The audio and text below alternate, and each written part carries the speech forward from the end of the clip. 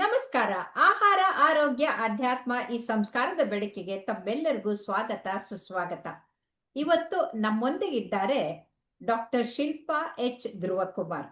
ಅವರು MBBS ನಲ್ಲಿ ರಾಜೀವ್ ಗಾಂಧಿ ಯೂನಿವರ್ಸಿಟಿಯಿಂದ 5 ಚಿನ್ನದ ಪದಕವನ್ನ 2000 ಇಸ್ವಿಯಲ್ಲಿ ಪಡೆದು, ನಂತರ ಸೆಂಟ್ ಜಾನ್ಸ್ ಕಾಲೇಜ್ನಲ್ಲಿ ಬಯೋಕೆಮಿಸ್ಟ್ರಿಯಿಂದ ಪೋಸ್ಟ್ ಗ್ರಾಜ್ಯುಯೇಷನ್ ಮಾಡಿ, ಲಂಡನ್ ನಿಂದ ಸ್ಟ್ರೆಸ್ ಸೈಕಾಲಜಿಯಲ್ಲಿ ಸರ್ಟಿಫಿಕೇಶನ್ ಕೋರ್ಸ್ ಮಾಡಿ, ಈಗ professor, head of the department and director of lab in private hospital, private medical college, ಅದು ದಯಾನಂದ್ ಸಾಗರ್ ಅಲ್ಲಿ.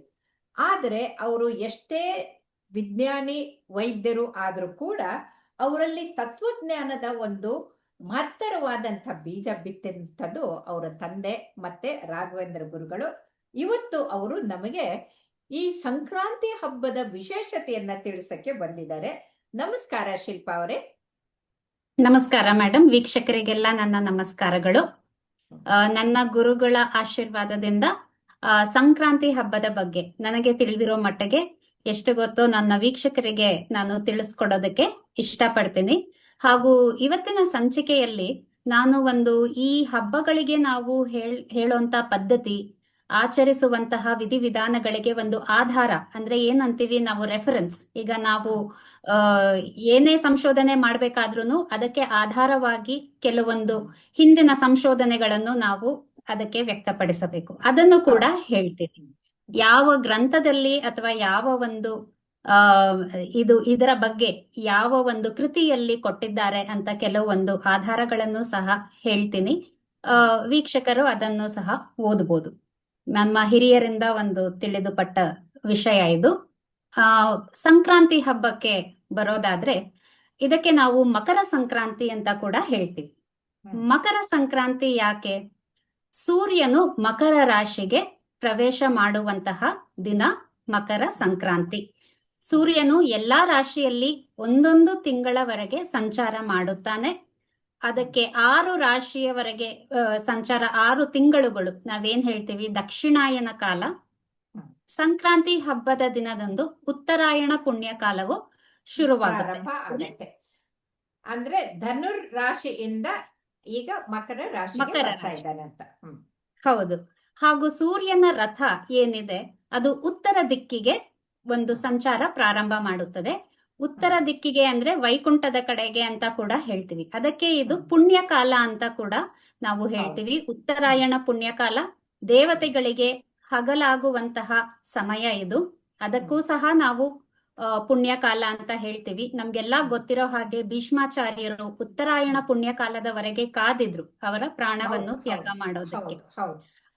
ಇಚ್ಛಾಮರಣಿ ಆಗಿದ್ರಿಂದ ತಮ್ಗೆ ಯಾವಾಗ ಬೇಕೋ ಆವಾಗ ಪ್ರಾಣ ಬಿಡ್ಬೋದಾಗಿತ್ತು. ಹಾಗಾಗಿ ಅರ್ಜುನ ಅವರು ಶರಶಯ್ಯೆ ಮಾಡಿದ್ರು. ಅಲ್ಲಿ ಅದ್ರ ಮೇಲೆ ಆ ನೋವನ್ನ ತಡ್ಕೊಂಡು ಉತ್ತರಾಯಣಕ್ಕೆ ಕಾಯ್ದು ಉತ್ತರಾಯಣದಲ್ಲಿ ಅವರು ದೇಹ ತ್ಯಾಗ ಮಾಡಿದ್ರು. ನಿಜ ನಿಜ.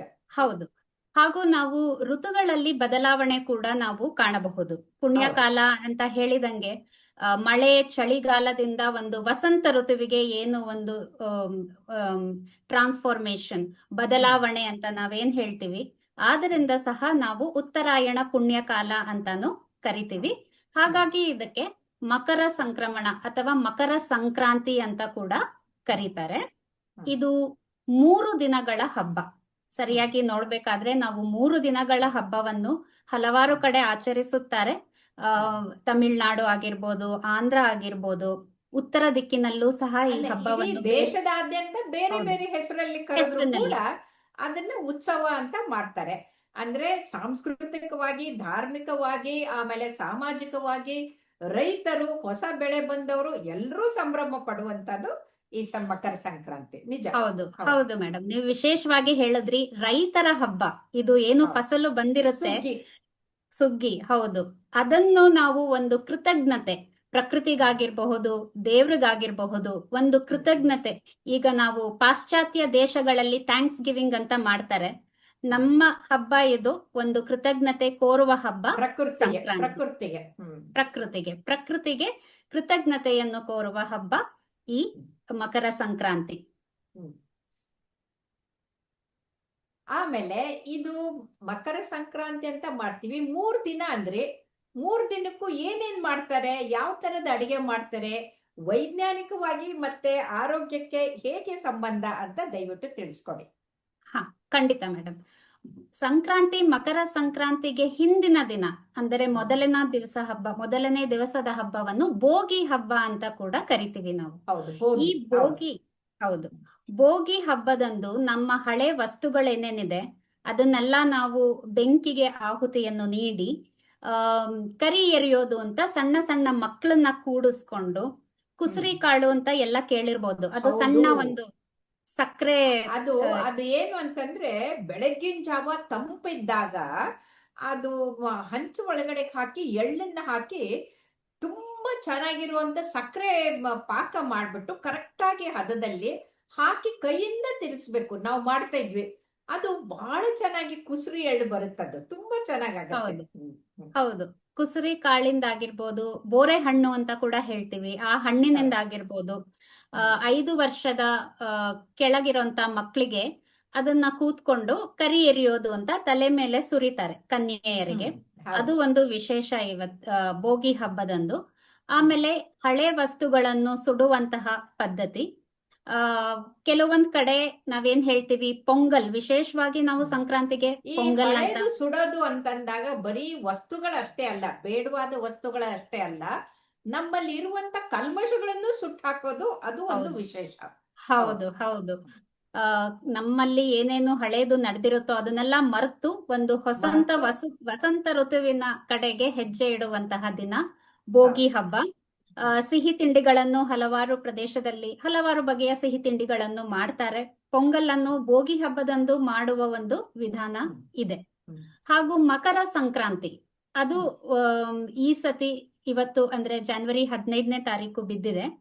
ಮಕರ ಸಂಕ್ರಾಂತಿ ಎಂದು ಎಳ್ಳಿನಿಂದ ಸ್ನಾನ, ಎಳ್ಳಿನ ದಾನ, ತರ್ಪಣ, ಎಳ್ಳಿನ ಎಣ್ಣೆಯಲ್ಲಿ ದೀಪ ಹಚ್ಚೋದು, ಹಾಗೂ ನಮ್ಗೆಲ್ಲಾ ಗೊತ್ತಿರೋ ಹಂಗೆ ಎಳ್ಳು ಬೆಲ್ಲ ಬೀರ್ಲಿಕ್ಕೆ ಸಂಜೆ ಕಾಲದಲ್ಲಿ ಹೋಗೋದು. ಇದು ವಿಶೇಷವಾಗಿ ಎಳ್ಳಿನ ಒಂದು ಉಪಯೋಗವನ್ನು ಇಲ್ಲಿ ಪ್ರಮುಖವಾಗಿ ಹೇಳಿದ್ರೆ, ಎಳ್ಳಲ್ಲಿ ಇರುವಂತ ಜಿಡ್ಡು ಇದೆಯಲ್ಲ, ಎಣ್ಣೆ, ಅದು ಬಹಳ ಚೆನ್ನಾಗಿರುತ್ತೆ. ಅದು ಎಳ್ಳಿನ ಎಣ್ಣೆ ಹಚ್ಕೊಂಡಾಗ ನಮ್ಮ ಮುಖದ ಕಾಂತಿ ಬೆಳೆಯುತ್ತೆ, ಚರ್ಮ ಕೂಡ ಬಹಳ ಮೃದುವಾಗತ್ತೆ. ಹಾಗಾಗಿ ಎಳ್ಳಿನ ಎಣ್ಣೆ ಹಚ್ಕೊಂಡು ಸ್ನಾನ ಮಾಡೋದು. ಇನ್ನೊಂದು, ಎಳ್ಳು ತಿನ್ನೋದ್ರಿಂದ ಕೂಡ ಉಪಯೋಗ ಆಗತ್ತೆ.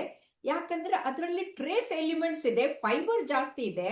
ಆಮೇಲೆ ಅದರಲ್ಲಿರೋ ಜಿಡ್ಡು ಇದೆಯಲ್ಲ, ನಮ್ಮ ಬ್ಯಾಡ್ ಕೊಲೆಸ್ಟ್ರಾಲ್ ಅಂದ್ರೆ LDL ಕೊಲೆಸ್ಟ್ರಾಲ್ ನ ಕಡಿಮೆ ಮಾಡಿ ಹಾರ್ಟ್ ಅಟ್ಯಾಕ್ ಅನ್ನ ಪ್ರಿವೆಂಟ್ ಮಾಡೋ ಶಕ್ತಿ ಕೂಡ ಈ ಎಳ್ಳಿಗಿದೆ. ಯಾಕಂದ್ರೆ ಫೈಬರ್ ಅಂಶ ಇರೋದು LDL ಕೊಲೆಸ್ಟ್ರಾಲ್ ಕಡಿಮೆ ಮಾಡಿಬಿಟ್ರೆ ಹಾರ್ಟ್ ಅಟ್ಯಾಕ್ ಕಡಿಮೆ ಆಗತ್ತೆ. ಆಮೇಲೆ ಈ ಅಂಶ ಇರೋದ್ರಿಂದ ನಮ್ಮ ಚೈತನ್ಯ ಹೆಚ್ಚಾಗ್ಬಿಟ್ಟು ರಕ್ತ ಸರಬರಾಜು ಕೂಡ ಚೆನ್ನಾಗಿ ಆಗತ್ತೆ. ಹಾಗಾಗಿ ಇದು ಆರೋಗ್ಯಕ್ಕೆ ಬಹಳ ಒಳ್ಳೇದು ಅಂತ ತಿಳಿದು ಬಂದಿದೆ. ನಿಜ, ಹೌದು, ಖಂಡಿತ. ಇದಕ್ಕೆ ಆಧಾರ ಅಂದ್ರೆ ನಿರ್ಣಯ ಸಿಂಧು ಅಂತ ಒಂದು ಕೃತಿ ಇದೆ. ಅದರಲ್ಲಿ ಎಲ್ಲಾ ಹಬ್ಬಗಳಿಗೆ ಬೇಕಾಗುವಂತಹ ವಿಧಿವಿಧಾನಗಳಿಗೆ ಒಂದು ಆಧಾರ ಕೃತಿ ಅಂತ ಹೇಳ್ಬೋದು. ಕಮಲಾಕರ ಭಟ್ಟರು ಬರ್ದಿರೋ ಅಂತದ್ದು. ನಾನು ಪೂರ್ತಿಯಾಗಿ ಓದಿಲ್ಲ, ಆದ್ರೆ ನಮ್ಮ ಹಿರಿಯರು ಒಬ್ರು ತಿಳಿಸ್ಕೊಟ್ರು, ಅದಕ್ಕೆ ಹೇಳ್ತಾ ಇದ್ದೀನಿ. ಇದಕ್ಕೆ ಆಧಾರ ಈ ಗ್ರಂಥದಲ್ಲಿ ಈ ಕೃತಿಯಲ್ಲಿ ಹಲವಾರು ಹಬ್ಬಗಳಿಗೆ ಏನು ಪದ್ಧತಿ ಇದೆ ಅದಕ್ಕೆ ಆಚಾರ ವಿಚಾರಗಳನ್ನು ಬರ್ದಿದ್ದಾರೆ. ಎಳ್ಳಿನ ನೀವು ಹೇಳ್ದಾಗೆ ಪ್ರಮುಖವಾಗಿ ಯಾಕೆ ಉಪಯೋಗಿಸ್ತೀವಿ ಅಂದ್ರೆ ಕೊಬ್ಬಿನಾಂಶ, ಅದ್ರ ಜೊತೆಗೆ ನಾವೇನು ಸಕ್ಕರೆ ಅಚ್ಚು ಹಾಗೂ ಕಬ್ಬು, ಈಗ ಚಳಿಗಾಲ ಶಾಖ ಕೊಡ್ಬೇಕಾಗಿರುವಂತಹ ವಸ್ತುಗಳನ್ನು ನಾವು ತಿನ್ಬೇಕು. ಹಾಗಾಗಿ ಈ ಪೊಂಗಲ್ ಆಗಿರಬಹುದು, ಎಳ್ಳಾಗಿರಬಹುದು, ಸಕ್ಕರೆ ಆಗಿರಬಹುದು, ಇವೆಲ್ಲ ದೇಹಕ್ಕೆ ಒಂದು ಶಾಖವನ್ನು ಕೊಡುತ್ತೆ. ಸಕ್ಕರೆಗಿಂತಲೂ ಏನಂತಂದ್ರೆ ಬೆಲ್ಲದ ತುಂಡುಗಳನ್ನ ಸೇರ್ತೀವಿ. ಇದು ಎಳ್ಳು ಬೆಲ್ಲ ಅಂತ, ಎಳ್ಳು ಸಕ್ಕರೆ ಅಂತ ಅನ್ನಲ್ಲ. ಇದು ಜನ ಈಗ ಸಕ್ಕರೆ ಅಚ್ಚುಗಳನ್ನ ಹಾಕಿದ್ದಾರೆ, ಆದ್ರೆ ನಿಜವಾಗ್ಲೂ ಇರೋದು ಎಳ್ಳು ಬೆಲ್ಲ. ಅದು ಬೆಲ್ಲ ಯಾಕೆ ಅಂತಂದ್ರೆ ಪ್ರಕೃತಿ ಅದರಲ್ಲಿ ಇರುವಂತ ಎಲ್ಲ ಅಂದ್ರೆ ಟ್ರೇಸ್ ಎಲಿಮೆಂಟ್ಸ್ ಏನಂತೀವಲ್ಲ, ಐರನ್, ಕಾಪರು, ಸೆಲಿನಿಯಮು, ಮ್ಯಾಗ್ನೀಷಿಯಮು ಎಲ್ಲವೂ ಬೆಲ್ಲದಲ್ಲಿದೆ. ಆಮೇಲೆ ಅದು ದಿಢೀರಂತ ನಮಗೆ ಚೈತನ್ಯ ಕೊಡುವಂತ ಶಕ್ತಿ ಅದಕ್ಕಿದೆ. ಈ ಸಕ್ಕರೆ ಆರೋಗ್ಯಕ್ಕೆ ಒಳ್ಳೇದಲ್ಲ, ಆದ್ರೆ ಬೆಲ್ಲ ನಮ್ಮ ಹಿರಿಯರು ಆಚರಿಸ್ಕೊಂಡುವಂತ ಎಳ್ಳು ಬೆಲ್ಲವನ್ನ ಬಳಸ್ಕೊಳ್ಳೋದು ಬಹಳ ಮುಖ್ಯ ಅಂತ. ಖಂಡಿತ ಖಂಡಿತ. ಖಂಡಿತ ಬೆಲ್ಲವನ್ನು ಅದಕ್ಕೆ ನಾವು ಎಳ್ಳು ಬೆಲ್ಲ ಅಂತಾನೆ ಹೇಳ್ತೀವಿ ಬೀರ್ಲಿಕ್ಕೆ ಹೋಗುವಾಗ. ಸಕ್ಕರೆ ಅಚ್ಚು ಯಾರಿಗಾಗುತ್ತೋ ಅವರು ತಗೊಳ್ಬಹುದು, ಹಾಲನ್ನು ಹಾಕಿರ್ತಾರೆ ಮಿತವಾಗಿ ಒಂದು ಅಂಶದಲ್ಲಿ ಆದ್ರೂ ಬಳಸ್ಬೋದು. ಸಕ್ಕರೆ ಒಳ್ಳೇದ್ ಅಲ್ಲ ಅಂತ ವೈಜ್ಞಾನಿಕವಾಗಿ ಗೊತ್ತಾಗಿರೋದ್ರಿಂದ ಹೌದು ನಮ್ಮ ಪುರಾತನ ಕಾಲದಲ್ಲೂ ಇಲ್ಲದೆ ಇರೋದ್ರಿಂದ ಆ ಪದ್ಧತಿಯನ್ನ ಬಿಟ್ಟು ಬಿಡೋಣ. ಮುಂದೆ ಹೇಳಿ. ಹೌದು. ಎಳ್ಳು ಬೆಲ್ಲ, ಕಬ್ಬು, ಬಾಳೆಹಣ್ಣು ಇದನ್ನೆಲ್ಲ ಬೀರಕ್ಕೆ ಹೋಗಿ ಅದೇನು ನಾವು ಒಂದು ಕಮ್ಯುನಿಟಿ ಲಿವಿಂಗ್ ಅಂತ ಏನು ಒಂದು ಇವಾಗ ಬರ್ತಾ ಇರೋ ಒಂದು ಅಲ್ಲ, ವಿಚಾರ ಇದೆ. ಸಂಬಂಧಗಳನ್ನ ಸುಮಧುರ ಮಾಡ್ಕೊಳ್ಳೋದು. ಹೌದು ಬರೀ ಒಂದೇ ನಾವ್ ಒಬ್ರೇ ಸಂತೋಷವಾಗಿದ್ರೆ ಅಲ್ಲ, ಇಡೀ ಸಂಬಂಧಿಕರು ಸೇರ್ಕೊಂಡ್ಬಿಟ್ಟು ಅವರು ಅಕ್ಕಪಕ್ಕದವ್ರನ್ನ ಕೂಡ ಸಂತೋಷ ಪಡಿಸಿ ಅವ್ರಿಗೂ ಆರೋಗ್ಯ ಬರೋ ಹಾಗೆ ಮಾಡಿ ನಾವು ನಗನಗತ ಆರೋಗ್ಯವಂತರಾಗಿರೋದು. ಯಾಕಂದ್ರೆ ನಗತಾ ಇರೋದ್ರಿಂದ ಆರೋಗ್ಯ ಚೆನ್ನಾಗಾಗತ್ತೆ. ನಾವ್ ಯಾವಾಗ ಕೂಡಿ ಸಂಬಂಧದಲ್ಲಿ ಸುಂದರವಾಗಿ ಬದುಕ್ತಿವಲ್ಲ, ಆರೋಗ್ಯ ಬಹಳ ಚೆನ್ನಾಗಾಗತ್ತೆ, ನಮ್ಮ ಆಯುಸ್ಸು ಕೂಡ ಹೆಚ್ಚಾಗತ್ತೆ ಅಂತ ವೈಜ್ಞಾನಿಕವಾಗಿ ಗೊತ್ತಾಗಿರೋದ್ರಿಂದ ಇದು ಬಹಳ ಒಳ್ಳೇದು. ನಮ್ಮ ಮಾನಸಿಕ ಆರೋಗ್ಯಕ್ಕೂ ಒಳ್ಳೇದಾಗತ್ತೆ. ನಿಜ, ಖಂಡಿತ ಖಂಡಿತ. ಹಾಗಾಗಿ ನಾವು ಎಲ್ಲಾ ಸಂಬಂಧಿಕರಾಗ್ಬೋದು ಅಥವಾ ನಮ್ಮ ನೆರೆಹೊರೆಯಾಗಿರ್ಬೋದು, ಅವರ ಮನೆಗೆ ಎಳ್ಳು ಬೆಲ್ಲವನ್ನು ಬೀರಿ ಬರೋದ್ರಿಂದ ನೀವು ಹೇಳ್ದಾಗೆ ನಮಗೆ ಏನು ಬೇಕು, ಒಂದು ಸಾಮಾಜಿಕ ಒಂದು ಸಮತೋಲನ ಆಗಿರ್ಬೋದು ಅಥವಾ ಬೆರಿಕೆ ಆಗಿರ್ಬೋದು, ಇದನ್ನು ಸಹ ವೃದ್ಧಿಯಾಗೋದು ನಾವು ನೋಡಬಹುದು. ಅದು ಮಕರ ಸಂಕ್ರಾಂತಿ ಮುಖ್ಯವಾದ ದಿವಸ. ಪೊಂಗಲ್ ಅನ್ನ ಕೂಡ ಮಾಡ್ತಾರೆ. ನಾವು ಈ ಹಿಂದೆ ಹೇಳಿರೋ ಹಾಗೆ ಪೊಂಗಲ್ಲಿಗೆ ಸಾಕಷ್ಟು ಒಂದು ಆರೋಗ್ಯದ ದೃಷ್ಟಿಯಲ್ಲಿ ಸಾಕಷ್ಟು ಉಪಯೋಗಗಳಿವೆ. ಅದು ಕರಿಮೆಣಸು ಆರೋಗ್ಯಕ್ಕೆ ಹೌದು. ಬಹಳ ಒಳ್ಳೇದು. ಹೌದು. ಬೇಳೆ ಸಿಹಿ ಕೂಡ ಪೊಂಗಲ್ಲಲ್ಲಿ ಒಳ್ಳೇದು. ಬೆಲ್ಲವನ್ನು ಬಳಸ್ತಾರೆ. ಸಿಹಿ ಹೌದು. ಪೊಂಗಲ್ಲಲ್ಲಿ ಬೆಲ್ಲ ಹಾಕಿ ಮಾಡೋದು, ಪೊಂಗಲ್ ಅನ್ನು ಮಾಡೋದು. ಹೀಗೆ ಈ ಮಕರ ಸಂಕ್ರಾಂತಿ ದಿನ ನಾವು ಎಳ್ಳಿನಿಂದ ಬಳಸುವಂತಹ ಎಳ್ಳಿನೆಣ್ಣೆ ಆಗಿರ್ಬೋದು, ಆರೋಗ್ಯಕ್ಕೆ ಉಪಯೋಗವಾಗಿರುವಂತಹ ಆಮೇಲೆ ವಸ್ತುಗಳನ್ನು. ಇಷ್ಟೇ ಅಲ್ಲ, ಇದು ಪೊಂಗಲು ತಮಿಳ್ನಾಡದು.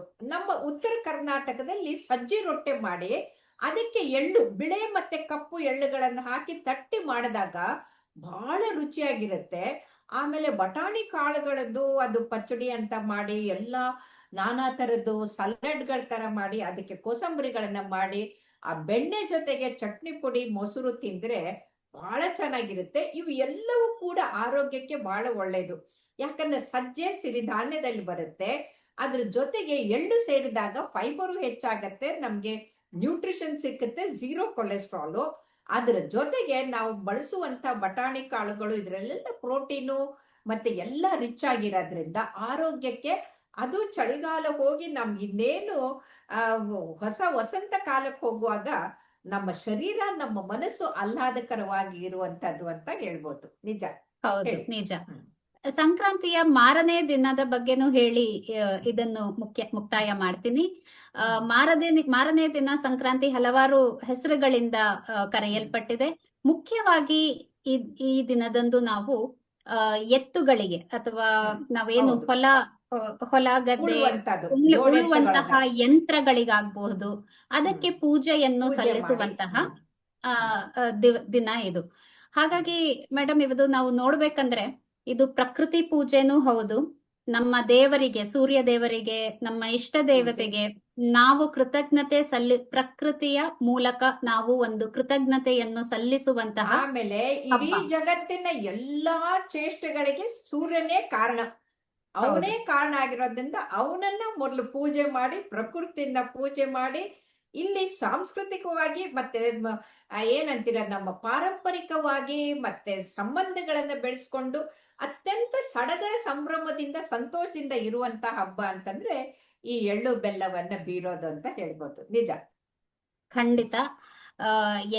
ನಮಗೆ ಎಲ್ಲಾ ವಿಷಯಗಳಲ್ಲೂ ನಮ್ಮ ಸನಾತನ ಧರ್ಮ ಹೇಗಿದೆ ಅಂದ್ರೆ ಪ್ರಕೃತಿಯನ್ನು ಗೌರವಿಸುವಂತಹ ಒಂದು ಪದ್ಧತಿಯಾಗಿರಬಹುದು, ಅಥವಾ ನಮ್ಮ ಮಾನಸಿಕ ಸಂತೋಲನ, ಸಾಮಾಜಿಕ ಒಂದು ಅರಿವು, ಅದೆಲ್ಲವನ್ನು ಒಳಗೊಂಡ ಪ್ರತಿಯೊಂದು ಹಬ್ಬದಲ್ಲಿ ಒಂದೊಂದು ವಿಶೇಷವಾಗಿ ನಾವು ನೋಡಬಹುದು. ಈ ಸಂಕ್ರಾಂತಿ ಹಬ್ಬದಲ್ಲಂತೂ ಎಲ್ಲಾನು ಕೂಡ ಒಟ್ಟಿಗೆ ಸೇರಿದೆ. ನಾನೇನ್ ಹೇಳ್ದೆ, ಮಾನಸಿಕ ಸಂತೋಲನ ಆಗಿರ್ಬೋದು, ಸಾಮಾಜಿಕ ಒಂದು ಅರಿವು, ಬೆರಿಕೆ, ಎಲ್ಲದನ್ನು ನಾವು ಒಟ್ಟಿಗೆ ನೋಡುವಂತಹ ಒಂದು ಹಬ್ಬ ಅಂದ್ರೆ ಸಂಕ್ರಾಂತಿ ಹಬ್ಬ.